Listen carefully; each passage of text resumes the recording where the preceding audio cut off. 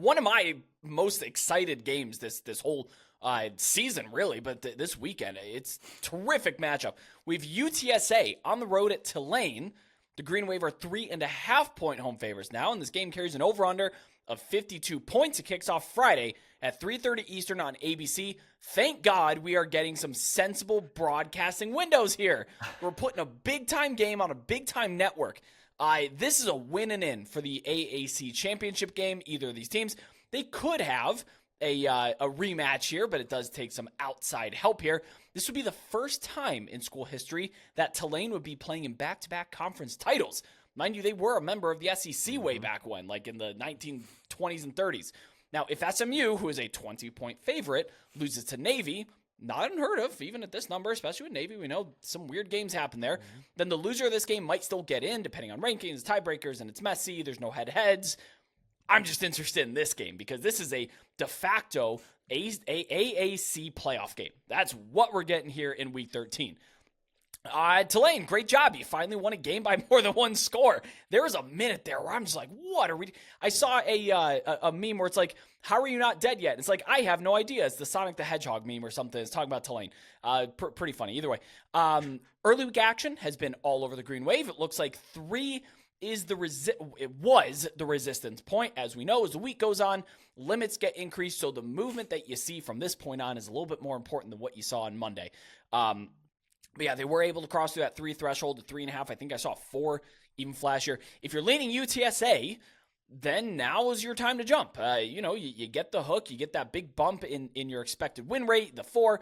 But if you lean Tulane, I'm not sure we're going to see 2.5 again. So you want to be patient and grab the 3, which is probably going to be your best number up until kickoff. One thing I don't love about UTSA, and I might get a little bit of blowback about this, I don't love the noise around Jeff Traylor. Sounds like he did interview with A&M. His responses are very much, don't ask me about it, rather than, no, I did not take that interview. I'm committed to UTSA. I'm not leaving. I know he signed a $100 million year contract worth every penny that UTSA probably has in their athletic department. And for good reason. He's an awesome coach, outstanding coach. But those responses that he had that I saw from his pressers are very much a, yes, I interviewed for A&M, but yes, I am still focused on the task at hand here because I'm a good coach and I can keep this. But man, there's a lot of noise around this program right now. I don't love that.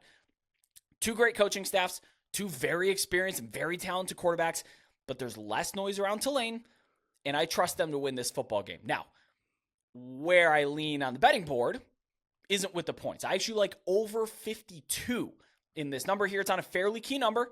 We have 2 high-octane passing offenses, even if the pace isn't quite there for both of the teams. But Tulane plays up to their competition, and they play down to their competition. They hung with Ole Miss, arguably could have won the game or had an opportunity to win the game, even without Michael Pratt.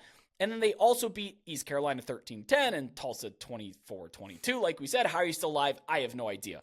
But I don't want to lay the number here at Tulane. That's for darn sure. I don't see fair value in the money line as it stands today. And again, Tulane has a tendency to do just enough to win these games. So I like them to win the game if you're doing a pick 'em or what have you there. But I think my favorite play here is that over 52. Winning in, Brett. Doesn't get any bigger than that in any sport. I love these types of games. UTSA riding a 7-game winning streak. Tulane on a 9-game winning streak. Someone has to lose. We got overtime now. There's no more ties in college football. Someone has to lose this game. Someone's going to keep that winning streak going right into the AAC championship game. I'm pretty close to Vegas on this one. My numbers have Tulane -4. It's a 62% win expectancy. Despite the 9-game winning streak and my model favoring Tulane, as I just said, it has to be said. The Green Wave's performances are trending in the wrong direction. Their power rating has fallen a full 3 points in the past 5 weeks. You said it. How are they still alive? How are you not dead yet? You keep winning these one-score games. It's the offense for me that's been concerning in particular. They've fallen to a season worst number 56. But even with that regression, Tulane has the advantage on both sides of the ball in this game, and they are at home. For UTSA, I mean, since Frank Harris has gotten healthy earlier this year, they've played exactly like the team my preseason realistic expectations projected coming into the year. I agree with you, Brett. The Jeff Traylor situation, that is some noise. And I saw, listen, what do you want him to say? Not you, but like, what do we want him to say? Like, I think he answered it honestly and directly and concisely. That's exactly what you would want from any human being in that situation. But based on his answer, I agree with you. Like, yes, he interviewed with Texas A&M. Yes, he's still focused on this because this is his job and he's a professional. But that is something that can't be ignored, I don't think, in my opinion. Yes, they dealt with it last year, so it's not like a huge concern, something they've never done. But I do think the pursuits this time around, because of who you're talking about and who's involved, they're going to be slightly more aggressive, slightly louder, if you will, in that noise category. Will it affect them this week? I don't know, because there's so much on the line. It's hard to think it won't, but can they overcome it? Should be a really good game. Bottom line, I've got Tulane -4. It's a 38% chance that UTSA improves to 2-0 all time against the Green Wave. Brett, the other game, a 10-7 victory back in 2013. Question for you. Is there any more natural fit with this round of conference realignment than UTSA and the American? If you told me they've been in the American this whole time, I'd be inclined to believe you. So agreed with you, and I'll try to keep it brief because I know I've taken us way too long other times.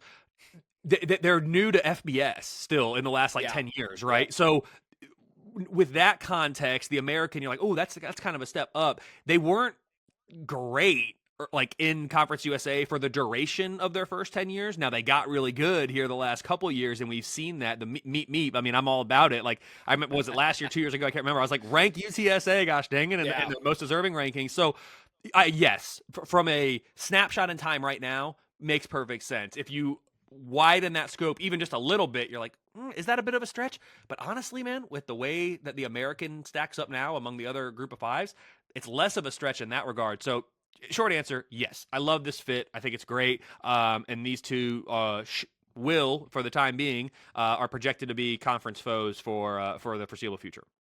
And if there was any sort of extra motivation for Tulane here, you said that the college football playoff rankings just got released. A fresh copy. Tulane's in the driver's seat for that New Year's Six Bowl. They are. A repeat appearance in either the Fiesta Bowl or a repeat in the Cotton Bowl or the Fiesta Bowl. So Liberty getting ranked. I was going to say Liberty's hot on their tail, though. So if you slip right now, if you're Tulane and you see that Liberty now has a number next to them, now all of a sudden it's not just we have to take care of business. Now it's about style points. So if you are considering taking points with Tulane, number one, get the best number, wait till you're 3, because that is a big freaking deal. But I'd probably lean Tulane just because, again, they're at the point where we need to make a case for the committee. Otherwise, if Liberty goes out there and boat races New Mexico State, who now has a win over Auburn, they can make a case to jump them if Tulane only beats UTSA by 2 points. If Liberty goes out there and wins by 30, so it's style points, guys. And Tulane's in the driver's seat, but again, Liberty's large in the rearview mirror.